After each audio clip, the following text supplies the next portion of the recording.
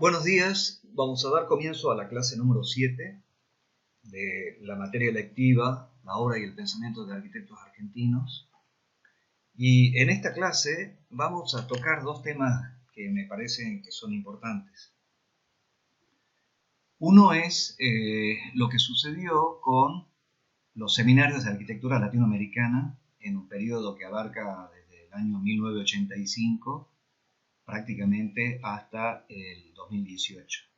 Nos vamos a referir sintéticamente a este movimiento muy interesante que se dio en toda América Latina. Y luego vamos a ver la obra de dos arquitectos interesantes, muy importantes también en estos últimos años, que van teniendo una mirada muy particular, porque en esta clase y en la clase que viene nos vamos a dedicar a ver las miradas de la Argentina desde adentro, es decir, a cómo se van generando distintas ideas, distintas posturas, cómo se va gestando la obra de arquitectos que trabajan en distintas provincias de la Argentina, como Córdoba, Rosario, Tucumán y Jujuy. Entonces nos parece importante abordar esta visión, para lo cual vamos a comenzar haciendo algunas referencias al cuadro que nosotros tenemos elaborado sobre las distintas posturas y movimientos que se fueron dando en la arquitectura en el siglo XX, y ya a partir de la década de los 80, específicamente después de la terminación, la restitución de la democracia en 1983, en 1985 se da un movimiento muy interesante con la organización de la primera Bienal de Arquitectura en la ciudad de Buenos Aires. En ese momento, la Bienal se constituía como un paradigma en donde llegaban arquitectos de Europa y también de América Latina. Y se dio una cuestión bastante interesante porque la Bienal oficial se daba organizada por el CAIC de Jorge Gruber en Buenos Aires, y los arquitectos latinoamericanos disertaban a la tarde de la Facultad de Arquitectura. Por lo tanto, nosotros que concurrimos a esa Bienal llenos de ilusión por esa restitución de la democracia y por esos nuevos aires que tenía nuestro país con mucho optimismo, nos encolumnamos en la Bienal de los estudiantes de la Facultad de Arquitectura, y se gestó a partir de esos encuentros un movimiento que se llamó el movimiento de los seminarios de arquitectura latinoamericana, que fueron liderados por un gran número de personas, un colectivo muy interesante, en donde participaban desde Chile Cristian Fernández Cox, Enrique Braune, desde Argentina Marina Weisman, Alberto Petrina, Ramón Gutiérrez, desde México Antonio Toca, Carlos González Lobo, desde Brasil Joaquín Guedes, desde Colombia Rogelio Salmona, en fin, muchísimos historiadores de la arquitectura, muchísimos intelectuales, teóricos de la arquitectura como arquitectos en ejercicio profesional. Eso, fíjense que hasta el 2018 se estuvieron organizando estos encuentros, y que también dio lugar a una postura muy interesante de la arquitectura que le llamó Cristian Fernández Cox y luego Marina Weisman. Quizás fueron los que le dieron sentido a este término que conocemos hoy como la modernidad apropiada. Es decir, haciendo un distingo entre esa modernidad que se instaló a comienzos del siglo XX en los países de Europa y que fue acatada rigurosamente por muchos arquitectos que luego llegaron a Latinoamérica. La idea es que Latinoamérica tiene una posición geográfica, una posición política que le permite generar una arquitectura propia, una arquitectura generada a partir de sus propias necesidades, y que las soluciones ya van siendo despegadas de los dictados de una corriente que a veces se puede generar en otro contexto geográfico. Por lo tanto, tenemos que asumir que Argentina y que Latinoamérica pertenecen a una diversidad cultural riquísima, y que en esa propia diversidad cultural, geográfica, social, política, económica, ahí está el germen de lo que nosotros podemos hacer y pensar. Entonces, esta modernidad apropiada es una invitación a pensar de una manera reflexiva. Pero también hay que recordar que el propio Le Corbusier tuvo ese germen de modernidad apropiada. Basta recordar sus proyectos para Zapallar, sus proyectos para Chile, para esa familia chilena que quería construir una casa de vacaciones en el desierto frente al mar, y Le Corbusier, que venía de proyectar la Ville Savoie, se despojó de toda esa carga de elementos tipológicos del movimiento moderno e interpretó coherentemente a dónde estaba y con qué debía construir. Vean la vivienda Rasuri del proyecto de Le Corbusier para Chile y se van a dar cuenta de lo que estamos hablando. Entonces, esa modernidad apropiada no es un descubrimiento que surge en 1985, estaba ya inserta dentro del germen del movimiento moderno. Y no la llevaba tan solo Le Corbusier, la llevaban muchísimos otros arquitectos que desde Australia y desde los países nórdicos en Europa supieron interpretar y adoptar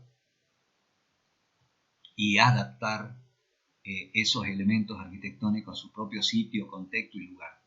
El caso de Alvar Aalto, por ejemplo, ¿no? Entonces, este movimiento también va a tener paralelamente a fines del siglo XX lo que nosotros le llamamos también la Global Arquitectura, es decir, toda esa arquitectura que se genera a través de los grandes consorcios internacionales. Basta ver lo que pasó con Dubái, por ejemplo, ¿no? O con lo que sucede también en ciertas partes de China, por ejemplo. Entonces, esa arquitectura que responde de una manera global, que va en contra de esa modernidad apropiada, pero que aparentemente hay una especie de intervinculación entre una y otra, ¿no? Eso se da coherentemente en la misma época y en el mismo lugar. Entonces, vamos a ver que también cómo interpretamos nosotros a partir de este movimiento y qué es lo que va sucediendo con la arquitectura latinoamericana en estos últimos años. Hay un debate muy interesante que se dio cuando llegó Miquel Adrià. Miquel Adrià es un arquitecto español que vive en México y que dirige la revista Arquine, y fue invitado en el año 2008 para el jurado de los premios CEPAL. En esos encuentros hubo un lindo debate, ya que para Miquel Adrià la arquitectura que se generaba en la Argentina no estaba a la vanguardia de la que se producía en América Latina, y él la llamaba de alguna manera una arquitecta mediocre. Quiere decir que en la mirada de Miquel Adrià, nuestra arquitectura está ubicada en un contexto muy particular en donde se absorbe por un lado lo que sucede en Europa, con esa mirada siempre desde el puerto. Buenos Aires, ustedes saben de que es un gran atractor de ideas que suceden en el exterior, y esas ideas se filtran en Buenos Aires y pasan hacia la Argentina de adentro, y nosotros que estamos en Tucumán, que estamos en Jujuy, que estamos en Córdoba, es como que estamos más proclives a mirar lo que sucede en Buenos Aires que a mirar lo que sucede en nuestros vecinos y en nuestra propia idiosincrasia, ¿no? Entonces, de ese interesante debate, que ustedes lo pueden leer, ahí está el sitio de Plataforma Arquitectura, donde aparece el escrito de Daniel Silberfaden, haciendo referencia a ese debate. Entonces, esta es obviamente una mirada muy, muy particular, en donde cabe también la interpretación que uno hace, que uno puede hacer de la arquitectura que se genera en nuestro país, a diferencia de Chile, por ejemplo, que genera unos tipos de arquitectura con diversos arquitectos, con distintas posturas, y que hoy están siendo publicados en numerosas revistas internacionales. o la arquitectura que se genera en Brasil también con la generación joven, ¿no? Entonces, este es un lindo debate, muy interesante para que establezcamos qué caminos va tomando la propia arquitectura argentina, que esta es un poco la función de debatir en estas clases, ¿no? Paralelamente a eso, el libro de Clarín, destinado a jóvenes estudios de la Argentina, ustedes lo pueden ver en internet o en biblioteca, y van a repasar cuáles son los arquitectos argentinos que están en esta nueva línea, y bueno, ahí hay una descripción de su obra, de sus alcances y demás. Pero también paralelo a eso, en estas clases lo que pretendemos es que más allá de ver la obra de estos arquitectos, ustedes sean conscientes de los debates que nosotros podemos generar institucionalmente, ¿no? En distintas escalas. Acá vemos, por ejemplo, este es un edificio que lo vamos a ver después en detalle, del estudio plural, en donde hemos tratado también de generar con los estudios que participan de esta clase, como Atrio, por ejemplo, Guillermo Sobrino, uno de ellos, uno de los que integra Atrio, fue invitado en nuestro taller hace un par de años para realizar un seminario sobre la actividad proyectual. Esta imagen de acá la deben conocer porque es la reunión que hicimos con el taller Mediterráneo, en donde vinieron más de 200, 300 alumnos de la Universidad Nacional de Córdoba para trabajar sobre el blog de la ciudad universitaria, y dio lugar a esta materia electiva, Arquitectura para Utopías Urgentes, que se dictó en forma conjunta para los alumnos de Córdoba como para los alumnos de Tucumán. Ese debate, ese encuentro, ese cruce de cátedras, cruce de cuerpos académicos, esta es una obra de Christian Manser, el profesor titular del taller Mediterráneo, que también coincidimos en diversos encuentros en Tucumán y en Córdoba, para tratar de entretejer una red que une las posturas en obras arquitectónicas, en ideas, en pensamiento, para que podamos construir una especie de nuestra propia teoría o un capítulo de una teoría específica que vincule la enseñanza, el ejercicio profesional, la actividad teórica. Esa es un poco la mirada de lo que nosotros le queremos participar y de lo que hicimos últimamente con respecto a estas actividades. Vamos a ver, yendo ya en particular a ver la obra de Rafael Iglesias. Lamentablemente Rafael Iglesias fallece hace unos cuantos años, en 2015, si mal no recuerdo. Es un arquitecto que nace en 1952, vive en Rosario, nació en Entre Ríos, y nos aproximamos a él a través de una definición que saltó en algún momento en internet, que a mí me llamó la atención, y que hacía referencia a esta posición de Joseph Quetglas, un arquitecto español catalán. Ya uno no sabe cómo nombrarlo los españoles, si es catalán primero y español después, pero bueno, toda esta lucha independentista que me parece tan absurda, de todas maneras, el arquitecto Joseph Quetglas, independientemente de esa situación, creo que es válido por lo que él piensa con respecto a la enseñanza, que es lo que yo quiero rescatar, y a través de él pude llegar a la obra de Rafael Iglesias. Porque además Rafael Iglesias citaba esta frase de Joseph Quetglas, que nosotros la utilizamos en nuestro taller en forma permanente, ¿no? Y dice así: la enseñanza debe ser inactual, enseñando una profesión tal como ya no se ejerce y enseñándola tal como aún no se ejerce, anacrónica y vanguardista al mismo tiempo.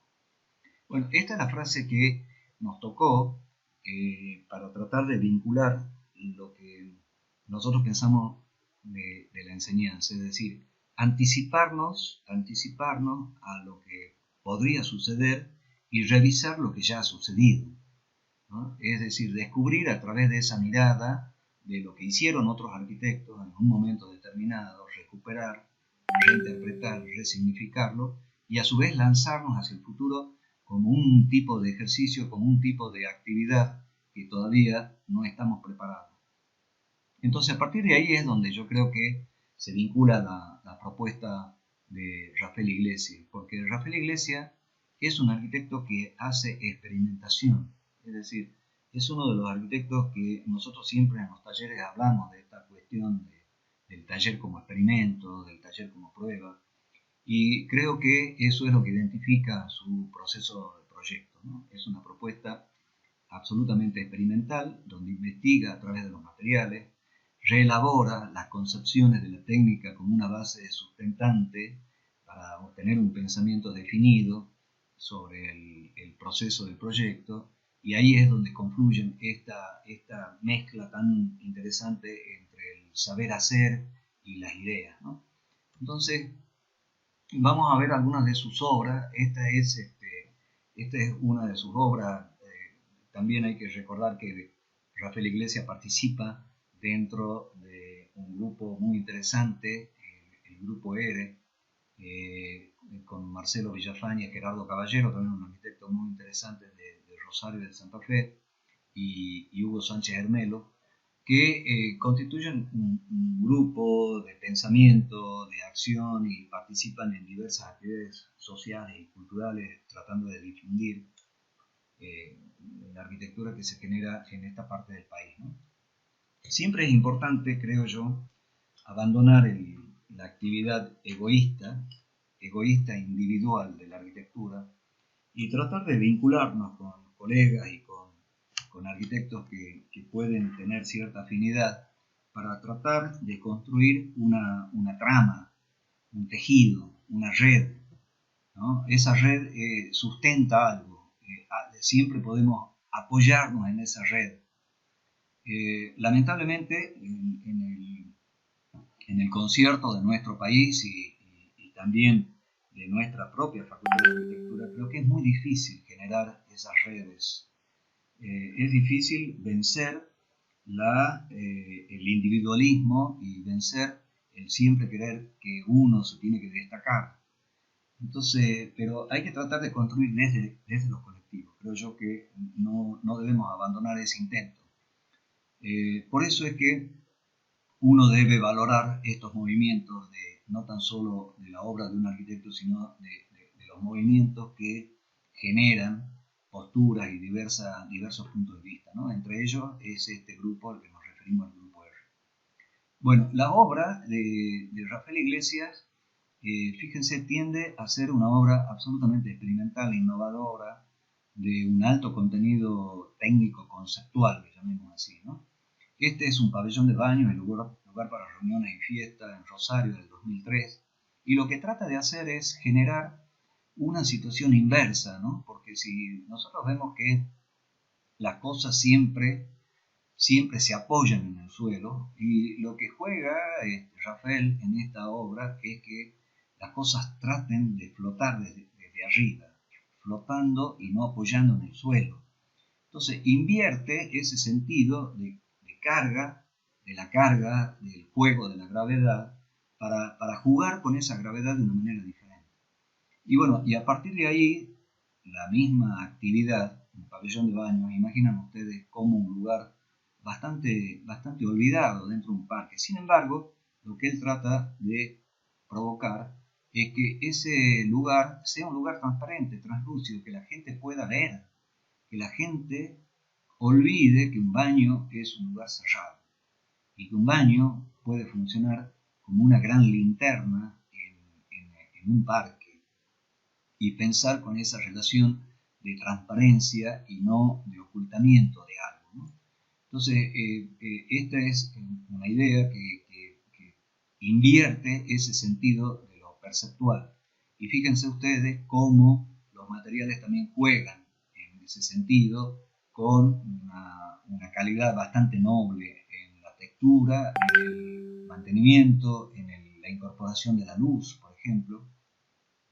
Y además también en pensar ese juego de los elementos que uno cree que siempre tienen que estar apoyados en el suelo. Por ejemplo, esta es una mesada que está flotando, que no llega hasta el suelo, que está trabada con este muro, que a su vez está colgado de la cubierta, colgado entre comillas. Entonces, esa diferencia entre jugar con lo que uno cree que debe ser y apostar a otro tipo de idea para desafiar un pensamiento diferente. Eso es lo que permanentemente juega Rafael Iglesias. Acá se lo ve con más detalle. Lo mismo pasa con sus troncos de árboles que funcionan también con esa dureza, con el saber de que un tronco va a soportar ese peso, ¿no? Entonces permanentemente está trabajando con esa postura. Esta es otra vista del pabellón para fiestas. Y en este caso, este es otro edificio muy conocido de Rafael Iglesias, muy interesante, porque ustedes saben que en los edificios en altura es muy complicado, porque es un edificio muy especulativo, en donde el valor del metro cuadrado es muy importante, no desperdiciar metros cuadrados, y es muy difícil lograr, a partir de un encargo profesional, generar una postura diferente. Yo creo que en este caso, Rafael Iglesias genera una posición diferente de lo que es un edificio en altura, abriendo este espacio de vacío, este espacio, esta transición y esta fractura, le podríamos decir, entre el edificio o los edificios de la cuadra y el edificio en altura que él propone. Hay como una especie de vacío, de patio hacia adelante, que genera una transición muy agradable y que además utiliza recursos como los elementos básicos de un edificio en altura, llamemos el hall de llegada, el palier, el núcleo de servicio, el ascensor y la escalera de una manera diferente, ¿no?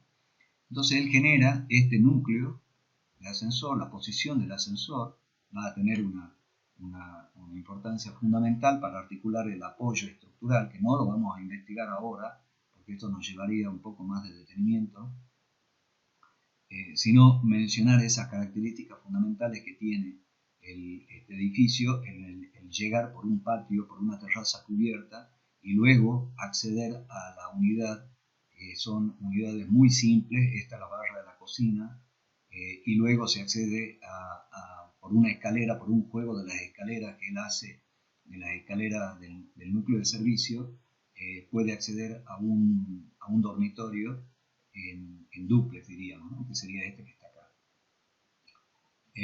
Lamentablemente uno no lo conoce, este edificio, por lo tanto la planimetría es bastante compleja para poder deducirlo e interpretarlo, y muchas veces no están los cortes disponibles, pero son esos edificios que uno apuesta para poder conocerlos, analizarlos en la experiencia de vivirlos y de caminarlos, ¿no? Más allá de tener la planimetría.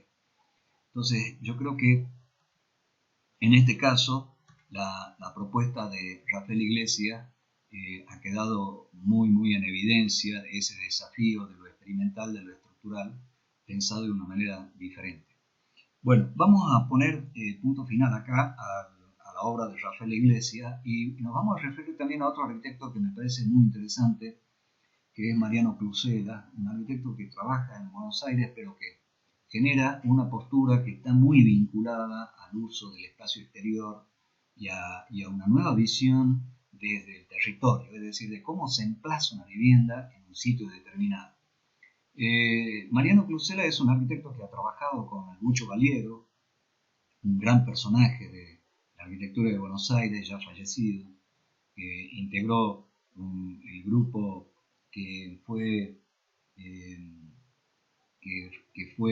articulador después junto con Solsona y Ernesto Katzenstein en Buenos Aires.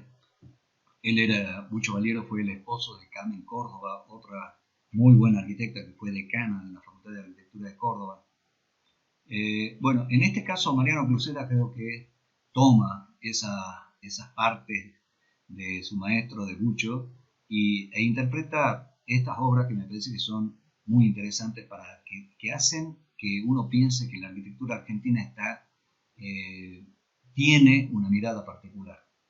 Entonces se basa en esa horizontalidad, el espacio abierto, el patio como articulador, la galería como articuladora de un espacio lineal, la simpleza del recurso, la riqueza de lo espacial. Y también vamos a hacer una cita de Mariano Cluzela, lo que él piensa con respecto a la enseñanza. Y dice, un modelo educativo arquitectónico debería ser enseñar la teoría de la profesión, la idea que le dan sustento a su discurso. El oficio se aprende a partir de las incursiones laborales.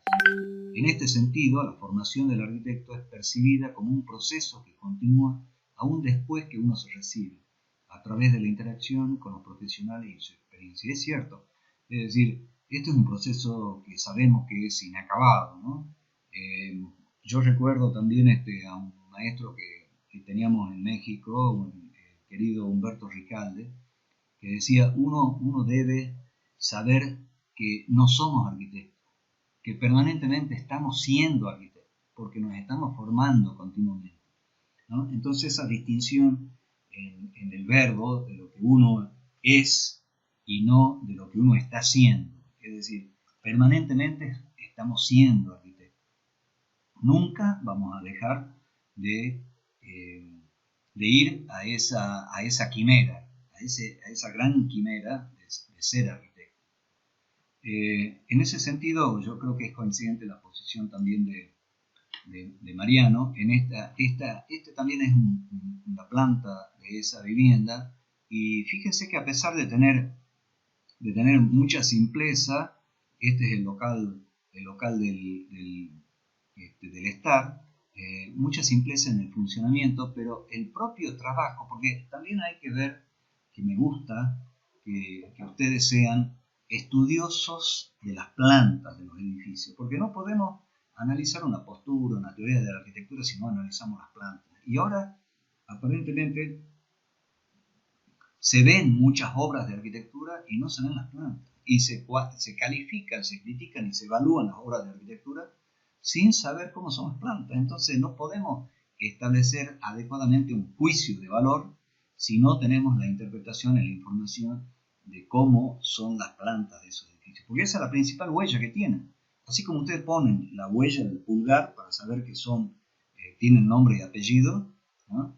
Esa es su seña de identidad. Bueno, la seña de identidad de un edificio es la planta. Eso ya lo dijo Sacriste en Huellas de Edificios, ¿no? Entonces, tenemos que tener siempre una búsqueda permanente de cómo son las plantas de los edificios. Y es curioso porque en mucha información de muchos estudios y muy buenos estudios, en sus páginas web no aparecen las plantas. Aparecen otro tipo aparecen los renders, eso sí, aparecen muchas imágenes, pero las plantas no.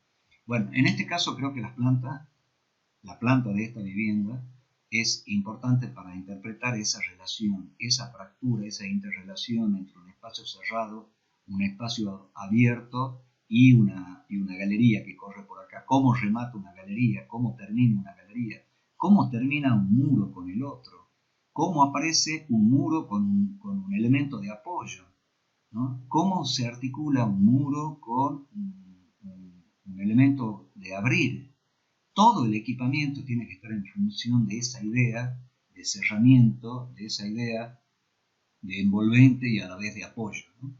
Bueno, en este caso, fíjense esa riqueza que tiene esta planta y la riqueza que tiene esa misma volumetría. Esta escalera que vemos acá es la escalera que nace desde este punto.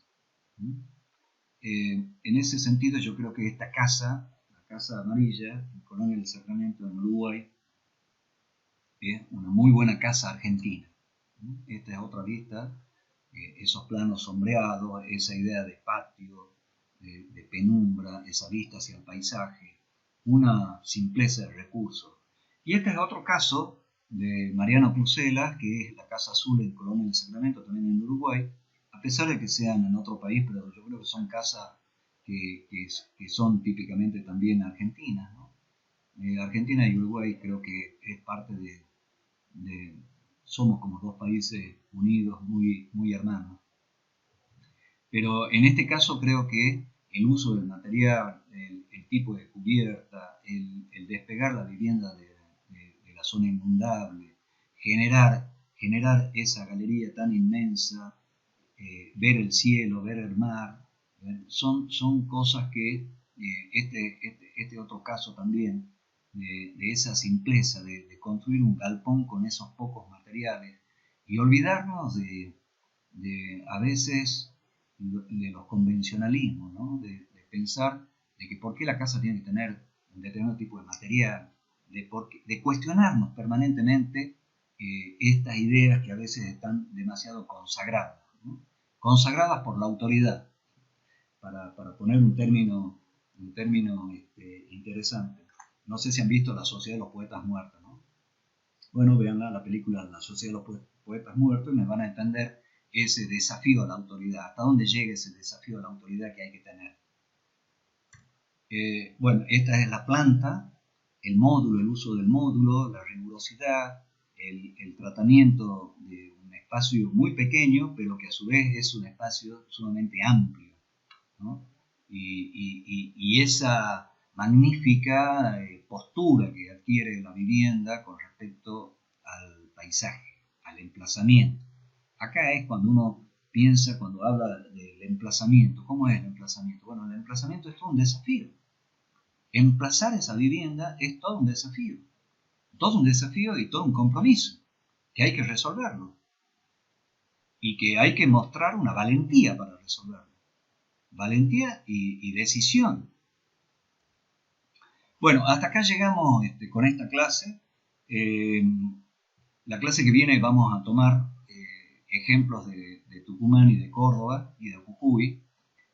Así que, bueno, pronto la vamos a subir a YouTube.